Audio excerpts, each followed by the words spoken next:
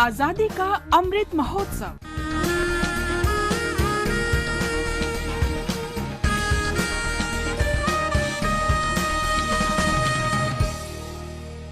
आजादी का सफर आकाशवाणी के साथ।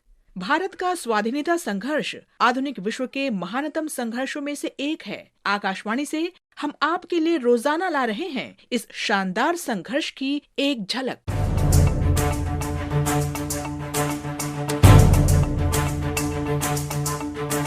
आज की कड़ी में हम श्रद्धांजलि अर्पित कर रहे हैं स्वाधीनता सेनानी कल्पना दत्त को, जिनका निधन 8 फरवरी 1995 को हुआ था। कल्पना दत्त सूर्यसेन के क्रांतिकारी संगठन इंडियन रिपब्लिकन आर्मी की सदस्य थीं।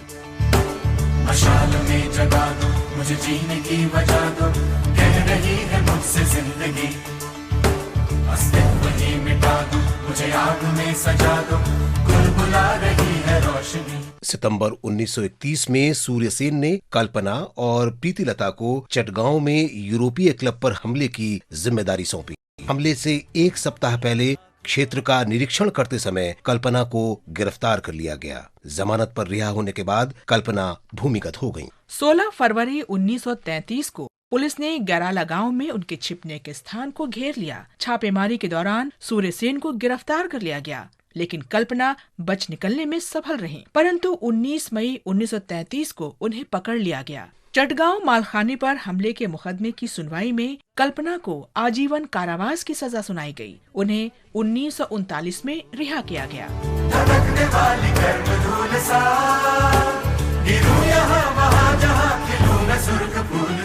कल्पना ने 1940 में कलकत्ता विश्वविद्यालय से स्नातक डिग्री ली।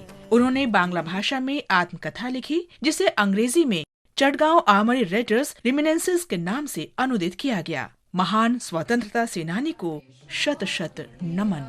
दयारे शौक मेरा, शहरे आरज़ू मेरा, शहरे आरज़ू मेरा, दयारे शौक मेरा। आज शिक्षाविद और पूर्व राष्ट्रपति जाकिर हुसैन की जयंती है।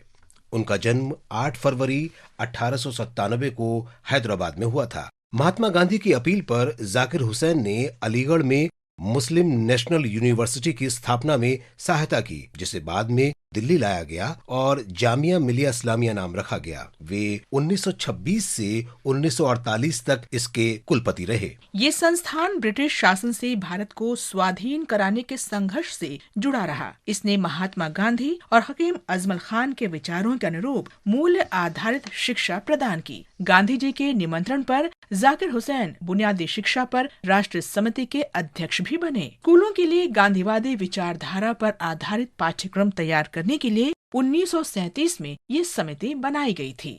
हुए थे आके यही माज़न वो दीवाने, उठे थे सुन के जो आवाज़ें रहबराने वतन। स्वतंत्रता के बाद जाकिर हुसैन 1948 में अलीगढ़ मुस्लिम विश्वविद्यालय के कुलपति बन गए। उन्हें 1957 में बिहार का राज्यपाल नियुक्त किया गया। 1962 में वे देश के उपराष्ट्रपति और 1967 में राष्ट्रपति निर्वाचित हुए। राष्ट्रपति के पद पर रहने के दौरान ही 3 मई 1969 को जाकिर हुसैन का निधन हो गया। आकाशवाणी की ओर से जाकिर हुसैन को भावभीनी श्रद्धांजलि।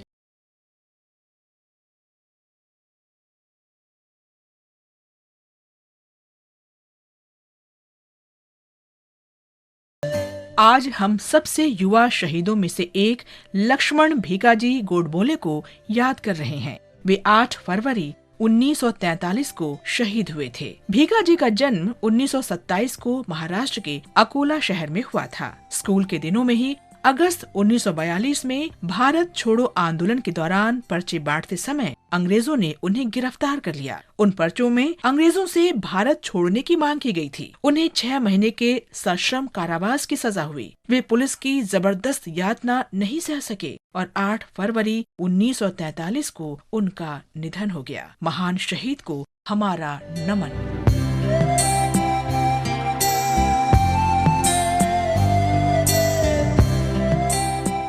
अंग्रेजों ने 1857 के स्वतंत्रता संग्राम में शामिल होने के कारण 8 फरवरी 1858 को स्वाधीनता सेनानी सोन बख्श को फांसी दी थी। सोन तत्कालीन अवध प्रांत और वर्तमान उत्तर प्रदेश के निवासी थे। 1857 की क्रांति के दौरान वे दिल्ली में सक्रिय रहे। उन्होंने अन्य स्वतंत्रता सेनानियों को आर्थिक सहायता भी उपलब्ध कराई। सितंबर 1857 में जब अंग्रेजों ने दिल्ली पर दोबारा कब्जा किया तो सोनबख्श पर मुकदमा चलाया गया। उन्हें सजाए मौत सुनाई गई और फांसी पर लटका दिया गया। धरती माँ के इस महान सपूत को हमारा नमन।